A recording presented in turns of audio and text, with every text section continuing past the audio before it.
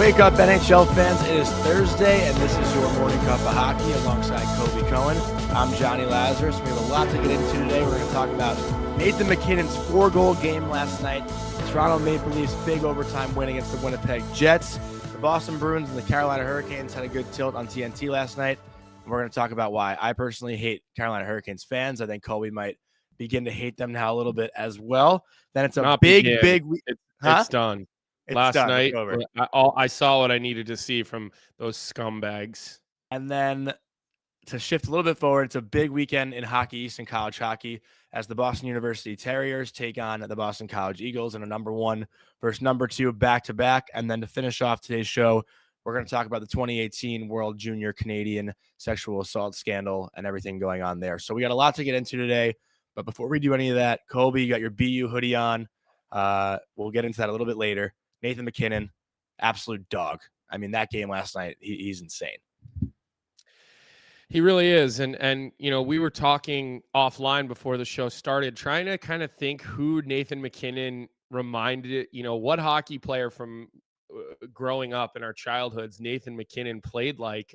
So if you have a comparison, make sure you drop it in the chat because we want to hear from everybody about that. And, you know, just thinking about it, I just don't even know who to compare this guy to, because when you look at his full set of tools, I feel like it just doesn't really exist, Jonny. I mean, a guy who skates as well as he skates, who can produce as well as he produces, but is also an absolute freight train on the ice of physicality. I mean, he's kind of an old school type of player that you don't really see anymore in the NHL. I mean, I guess the Tkachuk brothers are probably up there, but they don't skate like MacKinnon.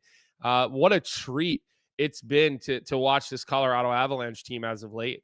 I have a name, but granted, like I was probably too young to really watch him, you know, a lot, but I think you may have watched him a lot just because of our age difference. Would it be crazy to compare him to Eric Lindros? I mean, look, maybe not crazy, but I think the difference with Lindros was that he was so big, right? I mean, I think Lindros was Nate's not tall big, but he's a big, stocky guy. Yeah, I mean, again, and I think one of the things with Lindros was that he did it in an era where everybody else was big like that, you know, and I don't know. I mean, I don't think that's a terrible comparison. I actually think I don't think it's so terrible.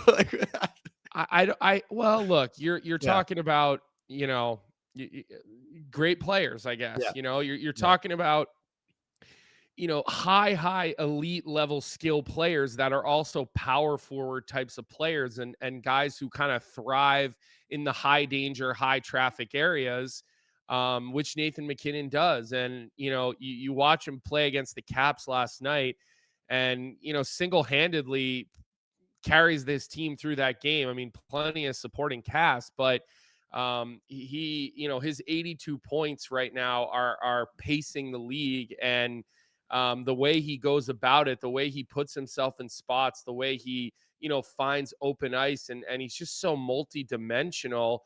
It's really impressive to watch. Like I think Avalanche fans, man, they have a treat every time this guy puts on the burgundy and blue out there in Colorado, because he is just absolutely possessed right now.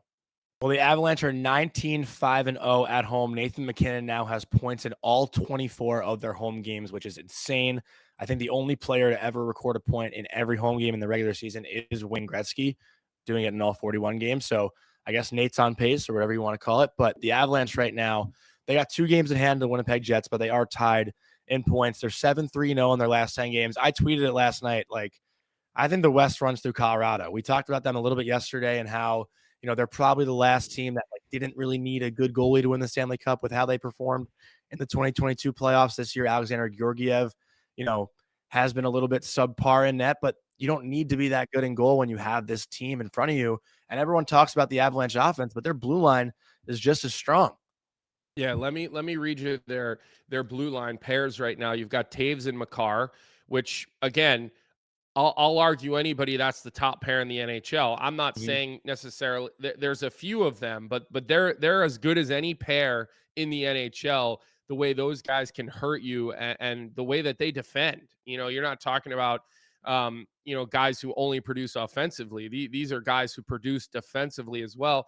Then you throw out your second pair with Sammy Girard and Josh Manson. I mean, that Manson is an absolute monster of a character, a guy who just grinds you down, wears you out.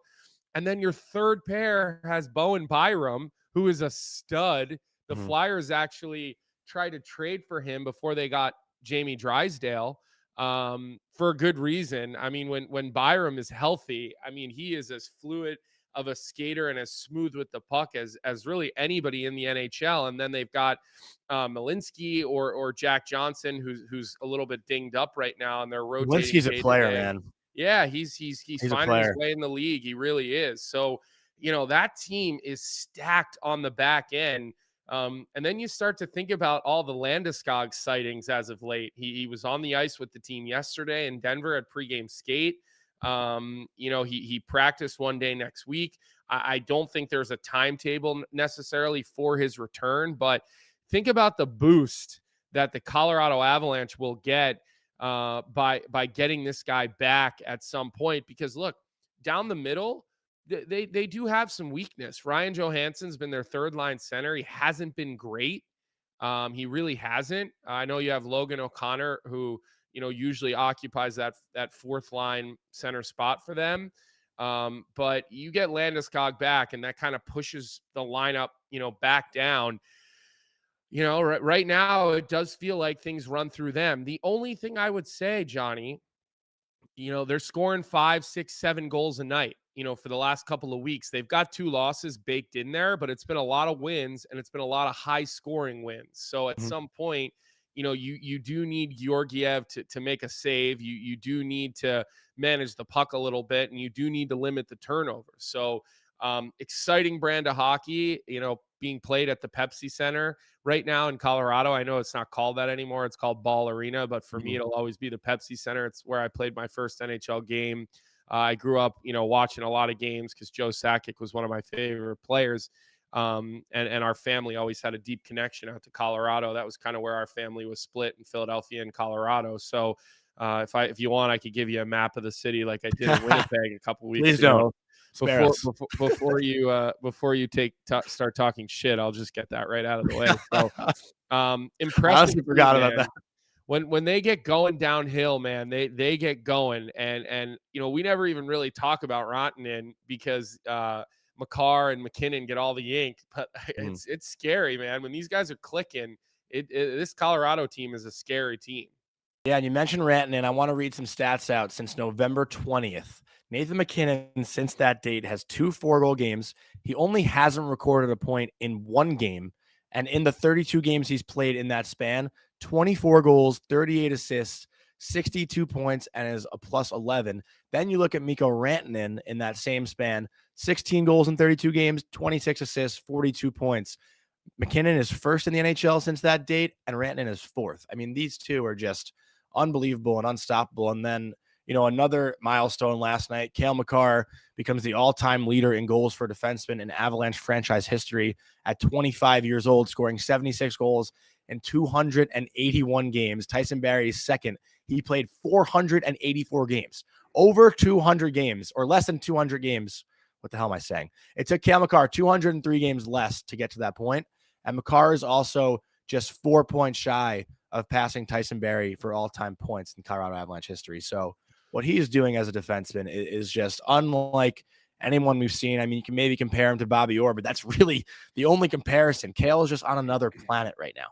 Yeah, and I know John Michael Lyles is pretty high up the list of all timers there in Colorado. Was actually my D partner, my first ever training camp. Through preseason, couple regular season games, an absolute stud of a player to play with, and Johnny played there a long time. I mean, he was a homegrown player for them. He played in the NHL a long time, so it gives you more appreciation for how quick Cale Makar's doing this. I know we saw Sandis Ozelinch's name on those lists as well. So, a lot of history there in Colorado. A lot of big name guys that have played there, have played the blue line there, have spent a lot of time there. But, Makar's a special player. I mean, he really is. And him, MacKinnon, Rantanen, however we're saying it this year. These players like to change their last names just about every other year. But this is a tough team, and they're going to continue to be a problem for teams. They're going to continue to score a lot of goals, and ultimately, it's going to start on their back end and it's going to trickle forward. So it's a team we could see an opportunity to be back playing in June and playing to lift that big trophy. I want to ask you just one question before we move on to the next thing. I had Peter Fegan reply to my tweet last night about, the West running through the Avalanche. And he said, I disagree. The Avs are too top heavy. Vancouver is a much deeper team with better goaltending, and Rick Tocchet might be the most underrated coach in the NHL.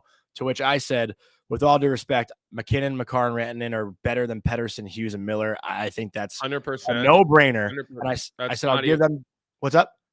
Yeah, that's not. I don't. You're talking about different steps. They're not even on the same level. They're all great players, but the Avs players are another level above those three guys. I'm sure he's a Vancouver Canucks fan who replied. No, he's a Ranger fan. Ranger fan.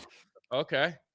But I said, also, I'll give them Demko, and Tocchet is a great coach, of course. But, until I see Vancouver in the playoffs, I'm taking the Avalanche 10 out of 10 times. Well, and Bednar's got a cup as a coach. So I love Talk. I really do. Everything about him. I love him. I think he's going to be coach of the year this year. I think the Jack Adams trophy is kind of all but wrapping up to be his, but I just totally disagree. I think the Avs are stronger on the back end. I think they're stronger up front.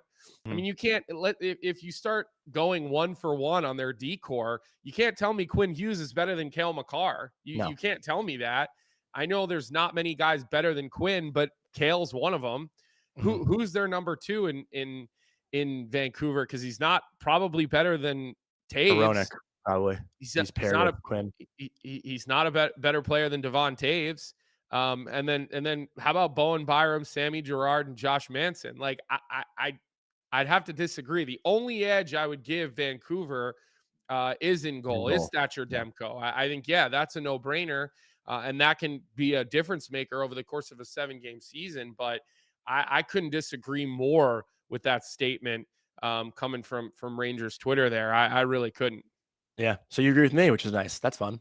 Yeah. Well, claps to that. I don't like to say that out loud, but every now and again, a blind squirrel finds a nut. Well, speaking of those two, I want to put you on the hot seat for a quick second. If you could watch two teams go at it, build your lineups, 3-on-3 overtime, 5 minutes, which two teams you want to see and which three players on each team do you want to see? So I feel like it's definitely MacKinnon, Rantanen, and Makar on one side. And for me, it could be those three in Vancouver. Like, that would be a fun back and forth. Yeah, I think that would be a great 3-on-3. I think in Edmonton, when you roll out McDavid, Leon Draisaitl, and Evan Bouchard, I'll even a team that I absolutely crush on here week after week is the Toronto Maple Leafs. And you can't deny 3 players full of skill that you could roll out on the ice on that Toronto Maple Leafs roster. So the last thing I want to say before we do move on and we talk about the Leafs and the Jets, Johnny, is we did a fantasy draft for the DFO, an article that Matt Larkin was writing for the All-Star Skills Competition. And he listed all the players that we could draft. We randomized it amongst a group of us. And I ended up with the first pick. And on the list, Connor McDavid was left off the list, and it was an accident. So I figured for some reason, I didn't realize, I just thought, oh, okay, for some reason they're just leaving McDavid out. And then we drafted. I went first overall, and it was a no-brainer for me to pick Nathan MacKinnon for that, who we thought would win the skills competition. I should clarify that. Then Matt Larkin responded in the email and said, my bad, I forgot McDavid. So if you want, we can redraft, because he just assumed that I would take McDavid first overall. I sat tight with MacKinnon. I did. And that's obviously no disrespect to McJesus, who, listen, the guy lives in his own world. But I got to tell you something. I think the competitive nature of Nate MacKinnon, I'll take him against anybody in a skills competition. His rounded skill set, his speed, his edge work, how dynamic he is. And again, I know McDavid can do all these things too. So if you're an Oilers fan and you're getting upset right now, just pump the brakes, okay? Like I still think McDavid is the best player in the world, but I stood on my MacKinnon pick. I stood by it even after I was given the chance. So McDavid went number 2 overall in that draft. And well, okay, so now I got another hot seat question for you. You're making me think. Your hot seat questions are annoying. Let's move on. That's so mean. I'm so mean. Go ahead, ask me your question. No. It's actually kind of a shitty question now that I think about it. See, I did you. I was going to say, whose career would you rather have right now between McDavid and MacKinnon? But obviously MacKinnon has the cup, so it's a no-brainer for that one. Yeah, I agree. It's you Yeah. want to win cups when you have that many individual you want to win cups. And honestly, I think Colorado might have a more well-balanced roster. I think Edmonton's the hottest team in the NHL, but I think Colorado's roster is more well-built, to sustain that level. You know how my brain works. It just like kind of, the light went off. I was like, oh, this could be a good question. Then I kind of thought about it for a second. I was like, nope, definitely not. Thank you for not being too harsh with that one. But let's talk about Leafs Jets, because Ilya Samsonov was the big story of last night's game. He has the shutout. He stops a 2-on-0 on a power play, which was insane because it took the Leafs probably 7 to 10 seconds to even get back into the frame after the 2-on-0 happened. And then all 5 guys weren't even in the picture. It was only 3 guys that came fully back, which is insane. Watch this 2-on-0 as it develops. Samsonov makes 2 pretty big saves here to keep the game knotted at 0-0, and the Leafs end up winning in overtime 1-0. But what a crazy sequence. That got Sheldon Keefe all fired up on the bench. Nice to see him show a ton of emotion back there, because it's been a crazy time for the Toronto Maple Leafs. But I mean, what do you make of Sheldon Keefe benching that first unit? I think it's a little bit overdue with their just competitive level and their kind of, their lack of giving a fuck, right? It's a give a shit kind of thing, right? They're casual. You can't be casual. I mean, especially against the Winnipeg Jets, they don't give you an inch out there. So when you get casual, even 5-on-4, you're going to give up a play like that. And look, I know they won the game 1-0, and I'm really happy for Samsonov. I really am. I mean, the guy's been through a lot, but if this clip right here of Sheldon Keefe, his face is the color of my red sweatshirt, tomato faced, and he's just absolutely laying into that top unit on the bench. Austin Matthews, John Tavares, Willie Nylander right directly in front of him on the bench. That clip, plus giving up the 2-on-0, that explains the Toronto Maple Leafs season. It really does. And, look, it's important to get wins like that and show that you can, win low-scoring games, especially when they're having the goaltending issues that they've had. Samsonov now has put together 2 starts for himself in a row. He gave up 1 to Seattle in a 3-1 win against a hot Seattle team. He gives up no goals to the Winnipeg Jets, which, again, is not because his team defended phenomenally in front of him, and I'm generally not a huge stats person. But when you look at the stats from this hockey game, a couple things that really stick out to me. Well, first off, the Leafs weren't ready to go.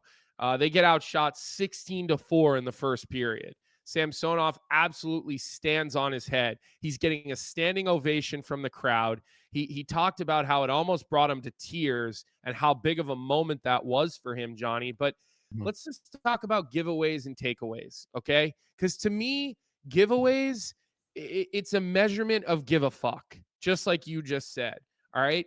And the giveaways for that hockey game, 17 for the Toronto Maple Leafs, 5 for the Winnipeg Jets, okay? 5 giveaways is a great number in a hockey game. 17 is absolute dog shit. Takeaways, 14 for Winnipeg, 8 for Toronto.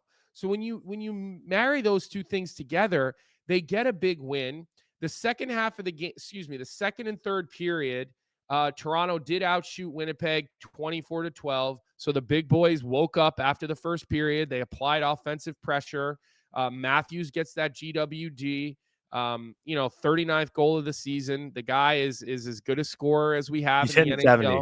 No He's doubt. 70. I don't think he will, but there's a lot of people who do.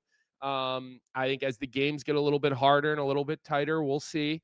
But again, I just they get the win, but you just can't be careless with the puck. 17 giveaways in a playoff game. You're never going to win a playoff series playing hockey like that. And we continue to talk about this Leafs team, and we continue to talk about how good they are offensively and how good they're for, they're at least their three guys. And then John Tavares is still a very productive player. He's been Mr. Consistent really his whole career. And I know he hasn't scored a lot of goals lately, but he does bring other things to the table. Like, I don't put this on him, but I just wonder who's the alpha male in that room to hold the players accountable for having 17 turnovers. Like, honestly, I don't know. I don't think it's sustainable for the Toronto Maple Leafs to win when things get tight. Turning the puck over between 15 and 20 times in a hockey game. And Winnipeg loses Josh Morrissey last night, blocks a shot and leaves the game. So he misses a bunch of time in that game. And big minutes out of Jake McCabe, big minutes out of Morgan Riley, Liljegren, and the rest of the top four. But I don't think it's sustainable, Johnny. I mean, I don't know if you saw much of that game last night, but I know a coach is not going to be happy with 17 giveaways, turnovers. You're also talking about a team that is flirting with the playoffs right now. The Maple Leafs are not sitting comfortable at all in the division. Right now, they have 56 points, and the Lightning are just 1 point back. The Red Wings are just 3 points back. Like, they're not sitting safe right now. So you'd think a team like that would clean it up. And what do coaches always stress, Colby? It's puck decisions, puck management. And in those big games like last night against a Canadian, I don't know if you want to call them a rival, but a Canadian team that's been arguably the best team in the NHL all year long. They've been the best team since November 20th in the NHL, which we'll get into shortly. Like, those are the games where you really kind of benchmark it, right? You want to measure up where your team's at. And if that's the performance you give, you go 0 for 5 in the power play, you have those 17 turnovers, like you mentioned, like, you might win the game, but you're not feeling good about your team after that game. I agree. Yeah. I totally agree with that statement that you won the game. But here's the problem in pro. It's not a problem, but the reality of pro sports, when you win, you feel good, even if you win the wrong way. It's just, well, maybe the coaches don't. Maybe the coaches right. don't. Okay. Players do. Exactly. Players do. Yeah, because look, man, winning solves everything in professional sports, and people who say otherwise are fucking clueless. Okay, I'm sorry. Like, but I want to argue one thing. But win, and honestly, everybody's happy and nobody cares. It's how it goes. I want to argue one thing with that, though, because I find it interesting. I think every situation is different. Like the other night, for example, and not to bring another team into this, but Patrick Waugh, in his second game coaching the Islanders outplay Vegas. They lose 3-2. Patrick Waugh was as positive as I've ever seen a hockey coach, because his situation right now, despite the Islanders not being in a playoff spot, he's all about the process right now. It's his second game as a head coach. He wants his team to play the right way and learn his style and his DNA of hockey. So he's pleased with the effort. Sometimes coaches are more concerned about the process than the result. And with these 4 games that Patrick Waugh has leading into the All-Star break, he's more concerned with how his team performs effort-wise as opposed to the result. And sometimes that's, a real thing, where right now the Leafs are probably a little bit more result-focused than they are process-focused. Well, let me poke some holes in what you just said, because. But am I a little bit correct there? Let me talk. Okay. It's the NHL. It's expected that you give effort. We're not going to pat people on the back for effort. All right. Patrick Waugh just came into a situation with probably a bit of a fragile group that's sliding themselves out of a playoff spot, has been sliding themselves out of a playoff spot. They haven't managed the puck well. So this is a little bit of a different scenario, but I'm just going to tell you something right now. Coaches can come in and say, I liked our effort tonight. I liked our compete tonight. We didn't, we deserve better. That does happen, but effort, that's non-negotiable.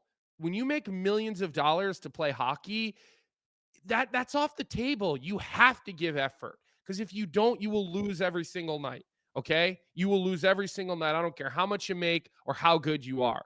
So I understand Patrick Waugh talking about the process. Okay. Or I understand, the Toronto Maple Leafs winning a game. Maybe they get, I don't, were they outplayed? Look, there were different swings of momentum First in half that of the game. game for sure. First half of the game for sure. Sure, but then but there's more than one Yeah. half of a hockey game. Okay, Yeah. yeah, you'd like a complete 60 minutes, but it doesn't always work that way. So I don't buy this. Effort is non-negotiable for any team in the NHL. Process, effort are different. Okay, managing the puck is something both of these teams need to do better.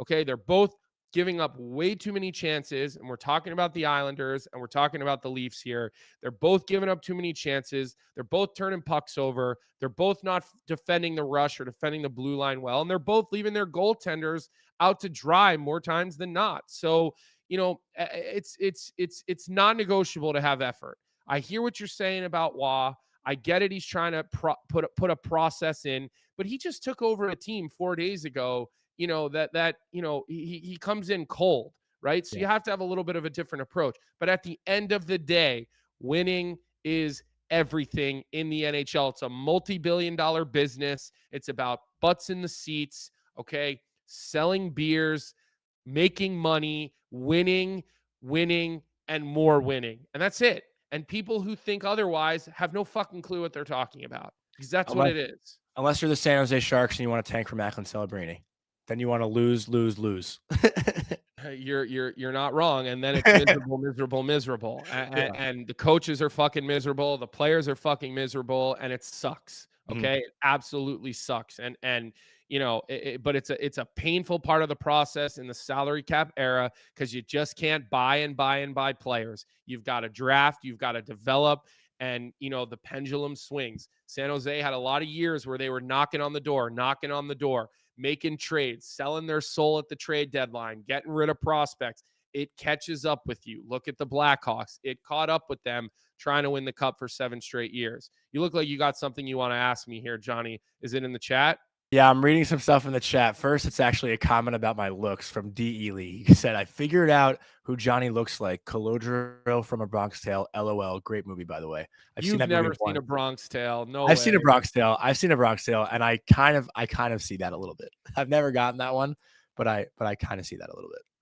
That's a good movie. It's the same guy who's he's in Weekend at Bernie's, right? It's the same character, same guy who plays Colodro in A Bronx Tale. I think so. Are you thinking? Are you looking it I'm up? shaking my head. Yes. Oh, okay. I was looking at the chat. But we have a question in the chat from NVitali21. We were just talking about the Winnipeg Jets. We got to talk about the LA Kings, because that PLD trade, oh boy, has it backfired for LA.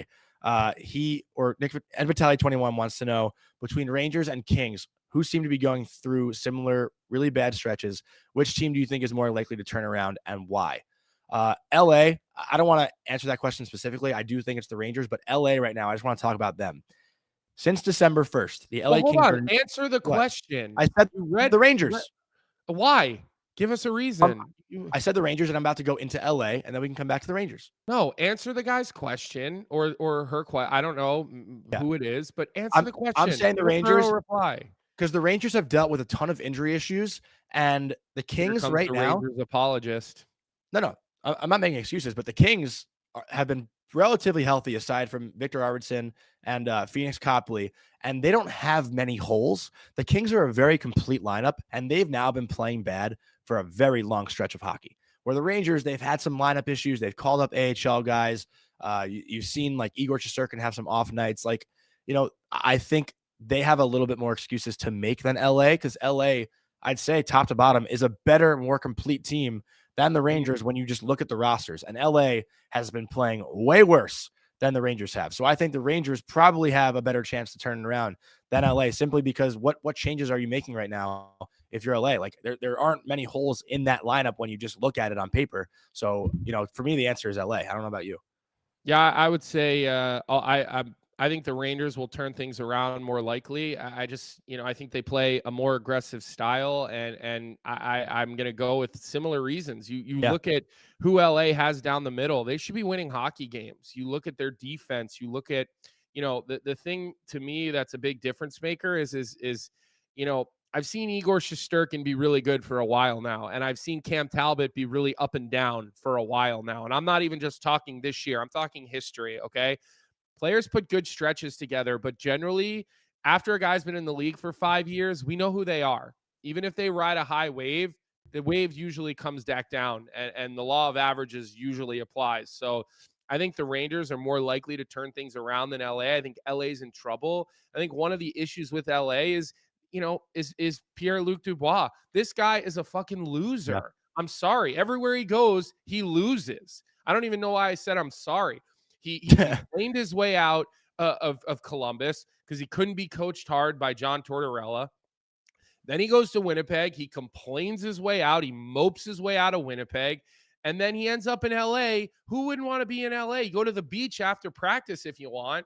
And he can't get it done there. And he's getting called out by McClellan. His minutes called out by Doughty, probably. Called out by Doughty had an interesting soundbite. Let's take a listen to what Drew Doughty said last night.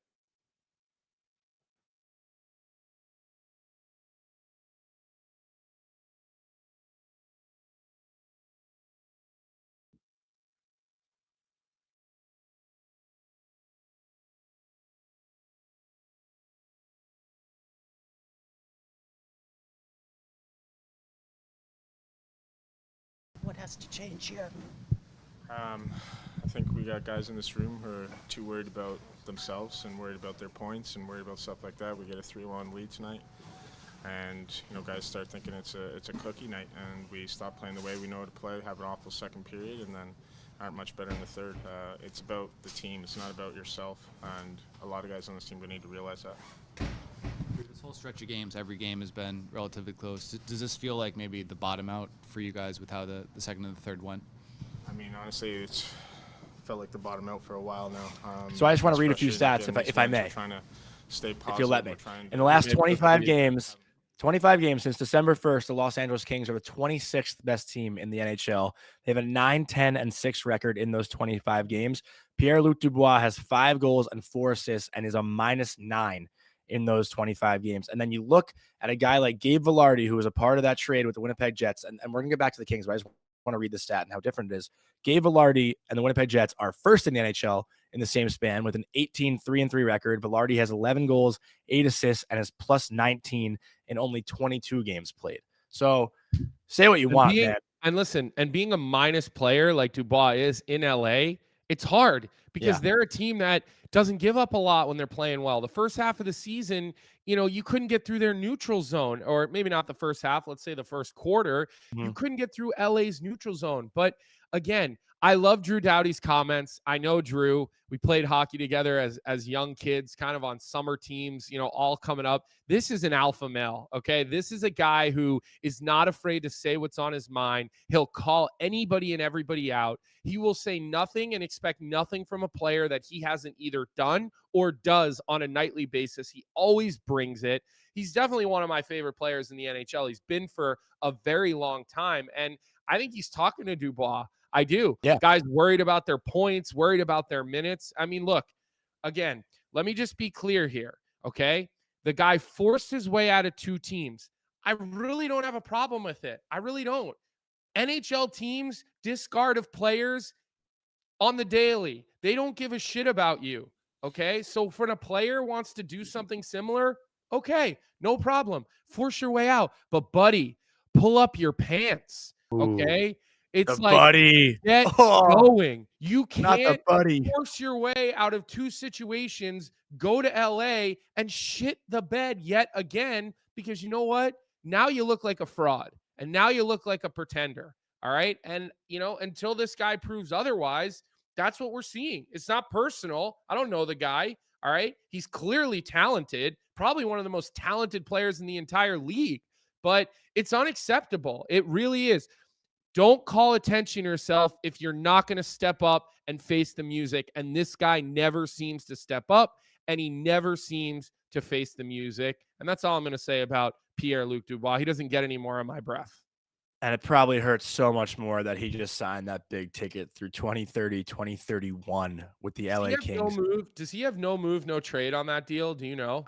I believe there's a no. Vic, can you look that up? There is no move. Okay. Yeah. So I'm looking at Cap Friendly right now. Yeah. For how long of the contract? I don't know what M-NTC means. Modified, Okay. no trade clause. So that means there's like a list. So that means they could trade him, but he gets to put in a list. Okay, so that starts 28, 29. So he has 3 years of that, but he's got a no move up until 27, 28. So for the next 3 seasons, full no move and then modified. So he really controls his own destiny here for a while. That is a scary, scary thing. I mean, man, these teams keep handing out these no move, no trades. I mean, they gave it 8 years of it to Willie Nylander. I've widely criticized that. These teams need to be careful, man. You're handing these things out like they're fucking Tic Tacs, and it has not been working out for teams lately because guys have just not been owning it, and they have not been. They've been kind of letting their foot off the gas. So, that's a scary thought there in LA. Rob Blake is not a guy I would want to piss off. He's a pretty intimidating guy. So we'll see if maybe he visits the locker room and starts throwing shit or scaring the shit out of some guys. Teresa in the chat said, I got shit for saying it's PLD. Kings fans say it's the whole bottom six and Fiala. And usually bottom six guys are not worried about their points. But, I think it's PLD for sure. So I agree with Teresa. Yeah, me too, Teresa. Yeah. I wouldn't take shit about any of that. You can't look at your bottom six and blame the way this team is playing on your bottom six. Sure. Do you need a little bit more from Fiala? Absolutely. But you got to remember something. Fiala's been a consistent player in this league for a long time.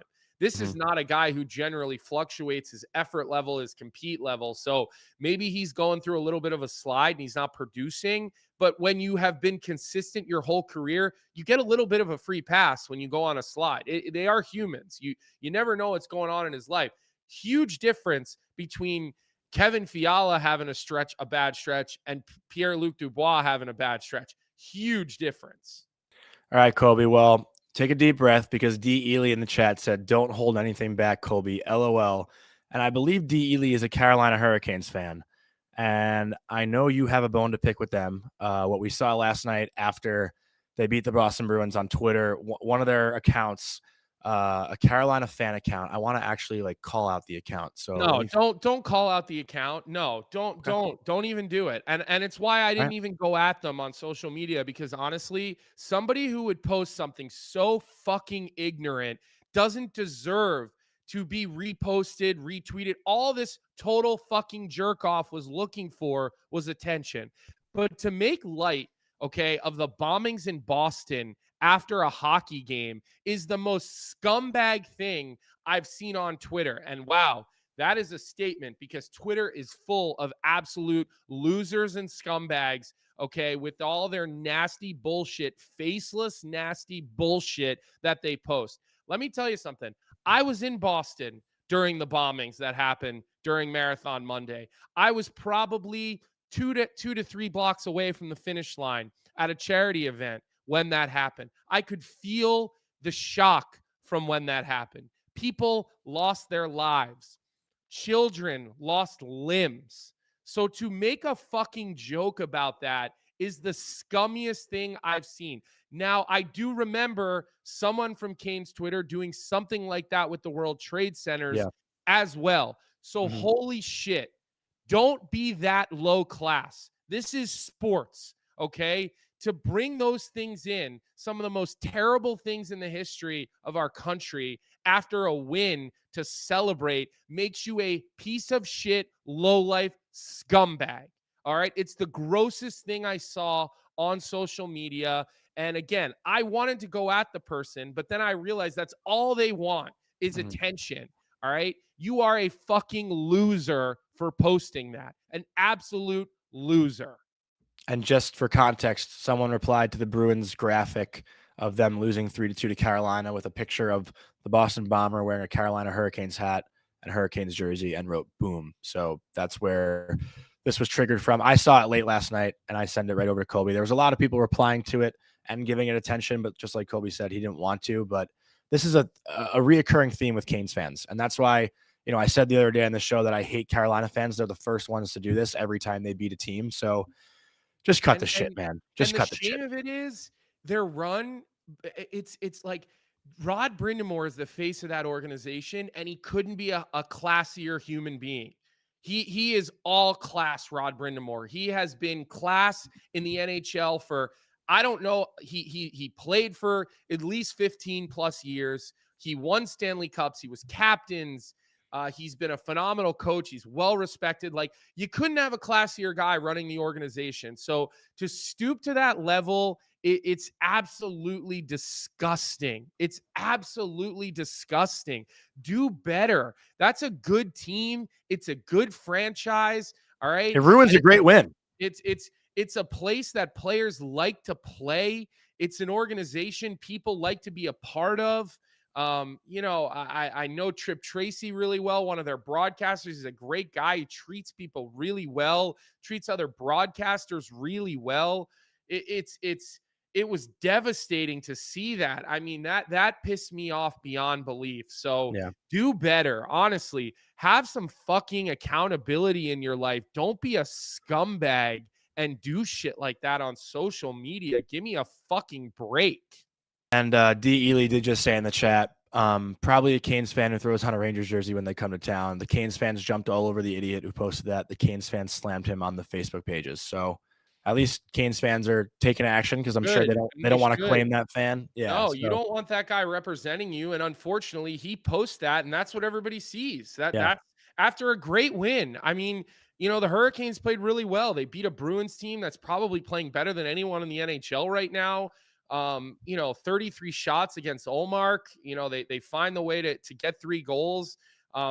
Back and forth in that game. Spencer Martin, a guy they just claimed off of waivers, gets a big, a huge performance and a huge bump. But it's unfortunate that we don't even start with that. We start with that scumbag loser fan. So, the Hurricanes are on the ice, a model citizen group in the way that they play hockey when they play hockey well. I know Seth Jarvis sat down with Frank on Frankly Speaking, his podcast, which is, the video will actually full show will drop on the Daily Faceoff YouTube page today. He talked about, the adversity that team has fought and ultimately a team that should find their way, especially if they can get saves and they can get goaltending. So let's move on. I'm like sweating here. I'm like sweating. I'm so annoyed talking about, this team. Yeah. Well, I want to get into something that you and I are both excited to talk about, and that's Boston University against Boston College this weekend. And I know this is an NHL show, but this is probably the biggest weekend in college hockey, and it should be something that NHL fans pay attention to, because there are a total of 28 draft picks playing between these two teams. The future of the NHL is literally going to play at Boston College Friday night at 7 and at Boston University Saturday night at 7. Anybody with ESPN Plus can watch these games. Okay. And these two teams are not only going to see each other twice this weekend, next Monday, they're going to see each other again in the first round of the Beanpot at the sold out, TD Garden. So, get your ESPN Plus on Friday night, because these two teams are loaded full of players. And Johnny, you said 28 total draft picks, 14 draft picks on BC, 14 draft picks on BU. And I want to read some of the names. You want to say anything before I go into that? I was going to say each have 14, but you got to include Macklin Celebrini in there as well for BU, because he's not listed as a draft pick, but he is most likely going to go number 1 overall this coming year. So he's going number 1 overall. Yeah. I mean, I think that's a done deal. And let me just read you some of the names of the higher end notable draft picks that are playing in this game. You've got Cutter Gauthier, who's been in the news lately, but he's still a phenomenal player, 5th overall. Okay. You've got Will Smith, 4th overall on BC. Ryan Leonard, 8th overall, BC. Okay. Gabe Perreault, 23rd overall. Some people say he might have been the steal of the first round because of how far he fell. He paces BC with the most points. All right. And then a couple other notables on that team that weren't first rounds. You have Drew Fortescue, just played on the World Junior team. He was the 3rd round pick. All right. And then say the last defenseman's name, because I'm looking at it and I don't want to bomb it. Aram Manetian, and he's a 4th round pick. He was another World Junior player. He's a defenseman for BC. So look at all the studs on Boston College. Most of them freshmen, a couple of them sophomores. All right. So this is going to be their first time playing against BU in the battle for Calm Ave. And then on BU, you've got the 11th overall pick, Tom Willander. Okay. You've got 2nd round pick, Ryan Green, 57th.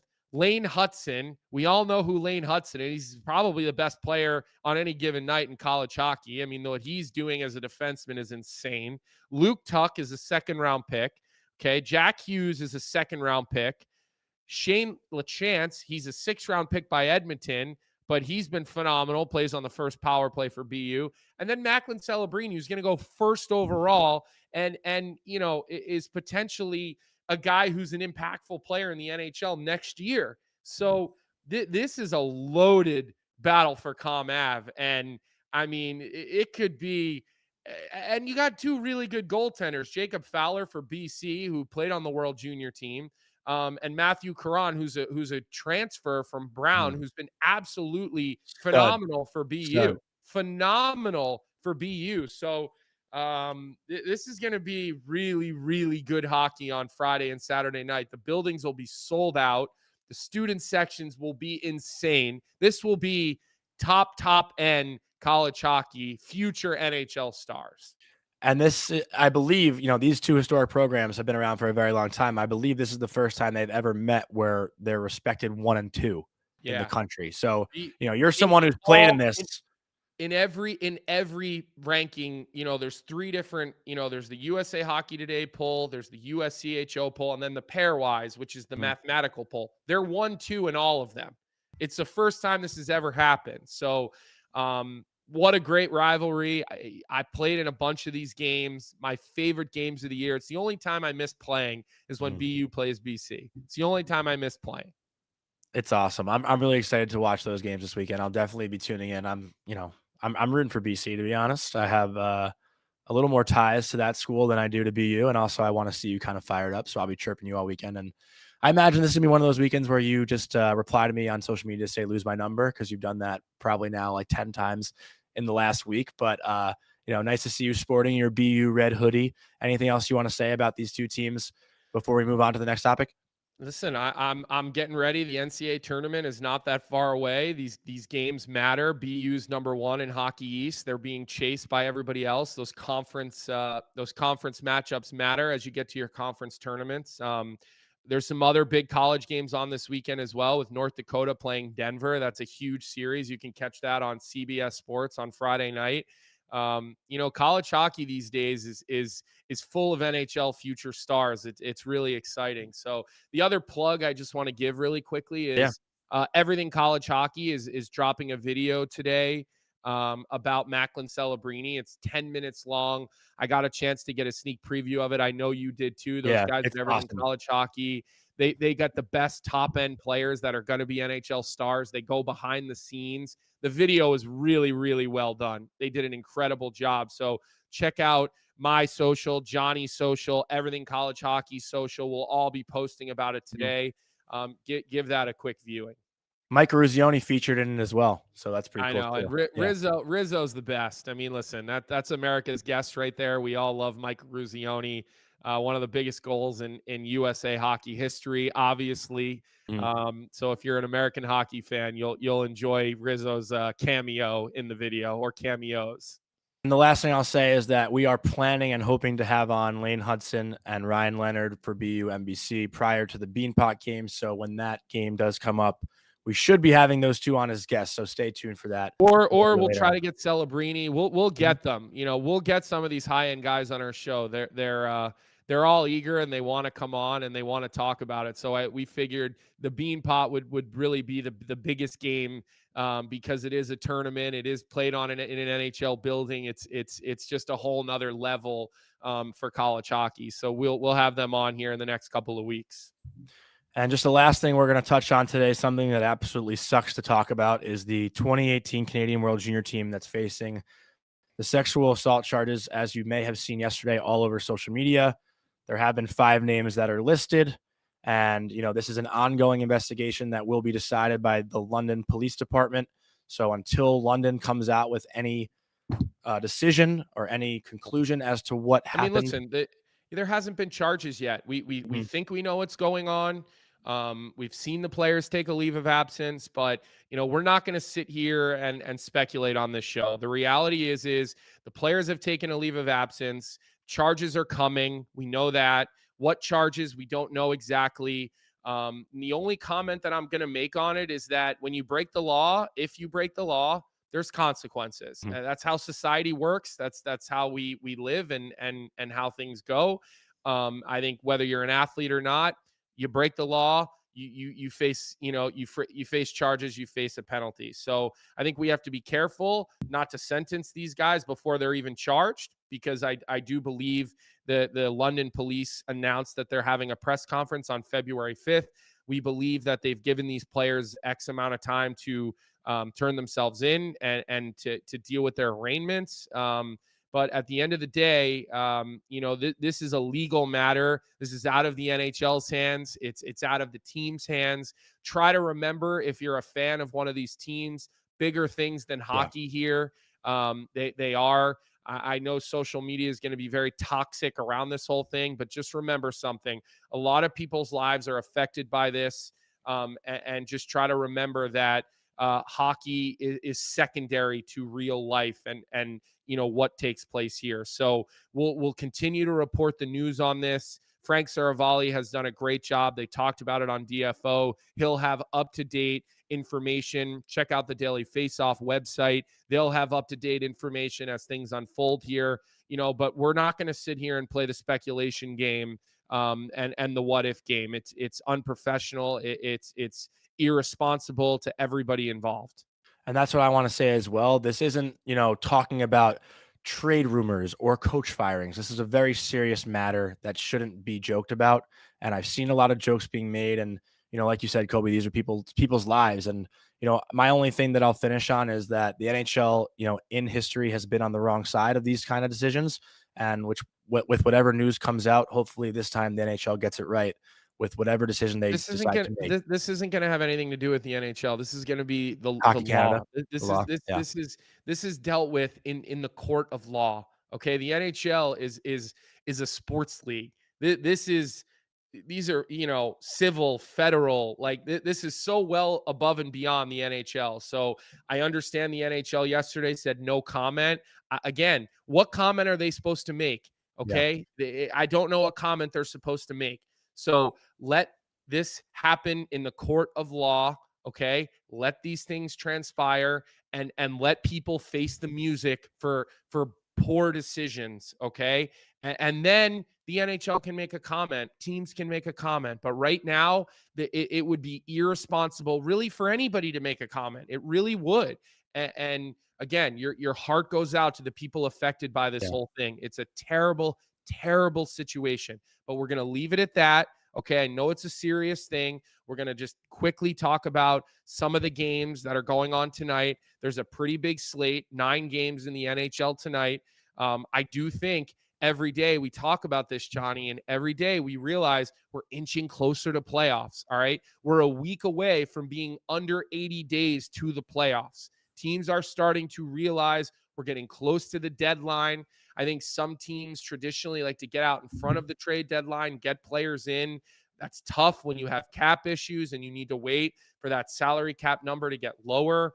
But are there any games really tonight that you think are more important than others? And I think there's a couple obvious ones. There are certainly obvious ones, but I want you to guess which game that I'm most excited to watch. Because you should, if you know me enough, you should know me, or you should know which game I'm thinking of.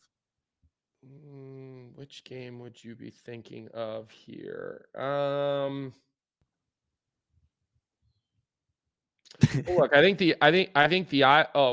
Boston at Ottawa. You're gonna want to watch your boy Pinto. So I know that's a game you're gonna be watching. But look, I think the Islanders at Montreal is another big game. Patrick Waugh returning back to Montreal is always a big story. Anything in Canada is always inflated. He's trying to get his team going in the right direction. I do think that the loss against Vegas, he was very pleased with in some regard because of the amount of time they spent in their own zone versus they spent in the offensive zone. Basically, they spent 80% of the game in the offensive zone and 20% of the game in the defensive zone, which is a massive change from the last time they played Vegas. So he's already starting to see little bits and little changes within his structure and within his locker room. A game that I think is important, Jonny. Can I plug myself really quick there for a second? Go ahead. I did an interview the other night with Matt Martin, and I got some quotes from Patrick Waugh about him taking over the Islanders, which I will be posting actually right after we hang up the show today. It was just posted on dailyfaceoff.com, my interview with Martin. So I do want to plug that on this show because I will be posting the article right after we get off here. And it was funny. Patrick Waugh said he's excited to go to Montreal on the road for the first time with his new team and have no distractions. And yeah, Patrick Waugh going back to Montreal, no distractions, right? Well, and the last Patrick Waugh comment I'll make, I did talk to somebody who I'm going to leave their name out here because the Islanders like to be airtight, but the quote that I got was something like, Patrick Waugh knows he's the shit, and it's kind of awesome, but it's also kind of, I forget the exact word. He knows he's the shit, which is kind of awesome, but it's also kind of like, okay, we get it. So, I said, look, who has more cachet than Patrick Waugh to come in there and swing his weight around if we want to keep it a little bit PG-13. So the game, Johnny, that I've got my eye on a little bit tonight is that Philadelphia-Detroit game. The Philadelphia Flyers have lost 3 games in a row. They are now going to be without Carter Hart, so they call up Cal Peterson. They've got Sam Urson, who I do think is a potential number 1 goalie in the NHL. They've given up a lot of goals the last couple of games. They really have. And I think what was it, like 18-3? Yeah, I think the Torts is going to be looking to reel that back. And I think when the Flyers are successful, they're not playing track meet hockey. I think they lose a 4th game without getting any points. You start to wonder, are we starting to see the slide of the Philadelphia Flyers? Are they going to start falling out? Something everybody's been thinking about and wondering about all season. I think they put an end to the bleeding tonight. I still have belief in that team. I still do believe that team is going to continue to overachieve based on the way that they play and the effort and the puck management that I've seen out of them this year. But I do think for a Flyers Detroit game, late, in late January, I do think that game carries a lot of weight. And then the Edmonton Oilers, looking for 15th straight, playing against the league worst, or one of the league worst, Chicago Blackhawks. So I know our friends at Oilers Nation will be fired up. They cover these games so well. It's such a passionate fan base. I'm actually going on Oilers Nation at 2:30 today to talk about it a little bit with Tyler Yaremchuk and company. So we'll see if Edmonton continues that streak tonight. I think they will. The Blackhawks got shit kicked in Seattle last night. So what a hot take! You think the Edmonton Oilers are going to beat the Blackhawks on home ice? Yeah, I mean, it wasn't meant to be a hot take, but I think they get to 15. I do believe they'll get. You said it like it was a crazy opinion, and I think they will. Come on. Well, listen, man, you start. If they don't, there's a serious problem. If their streak ends on home ice against the Blackhawks, Twitter's going to erupt. Well, listen, you start to get into these streaks, and the pressure does amp up, even against a shit team, and human nature could creep in. So we'll see what happens. I don't think. Will you see Stuart Skinner tonight? I don't know. You'll have to tune into Oilers Nation today to find out. I'm going to be rooting very, very hard for the Blackhawks just for the entertainment value. It's gonna be hilarious. Dude, the Blackhawks lineup is, it's rough up front. It's really rough up front. I think on the back end, there's a little bit there. Seth Jones and Alex Vlasic. I think that's a legitimate pair. That's a legit pair. Alex Vlasic, who's one of my BU guys, he's really turned into a stud. That kid's going to be a top pair defenseman in the NHL for a long time. The Blackhawks, in their last 8 games, they've scored less than 2 goals in 6 of 8 of their last games. They cannot produce offense. It's painful to watch them try to produce offense right now, Johnny. It is legitimately painful. It's also legitimately painful talking to you for more than an hour, and we've been going at it for about an hour today. We want to thank everyone in the chat for tuning in today, for chiming in. We got a lot of good questions today, a lot of good comments. I'm going to use that Calogero comment, I guess, and try to run with that. Who? Was it Calogero from a Bronx Tale? Is that his name? Jeez, that's barely a character. Say the guy's name. Have a little bit of confidence, Jesus. Yeah, I wasn't very confident in that, but as always, thank you everyone for tuning in. Thank you to our producer Vic, Colby. Always great talking to you. Next week we have a very busy week. We'll be live Monday through Thursday, but we'll be taking off to go to Toronto midway through the week for All-Star break. So we got a lot of fun stuff planned there. We'll be together. We'll be together on Thursday. I Yeah. might take a swing at you if you piss me off during the show. That'll be entertainment factor. I could take you, honestly, I think. Oh my God. You got a licorice body, buddy. But that's going to be it for today's show. So thank you to everybody, and we'll talk to you Monday. Have a great weekend. What's up, hockey fans? If you enjoyed that video, then you need to be hitting the subscribe button right here at Daily Faceoff. Exclusive interviews and analysis from our hockey insider Frank Saravalli, fantasy updates from Brock Sagan, and a daily live show at noon Eastern Monday through Friday. You don't want to miss any of the fantastic content, so hit that subscribe button.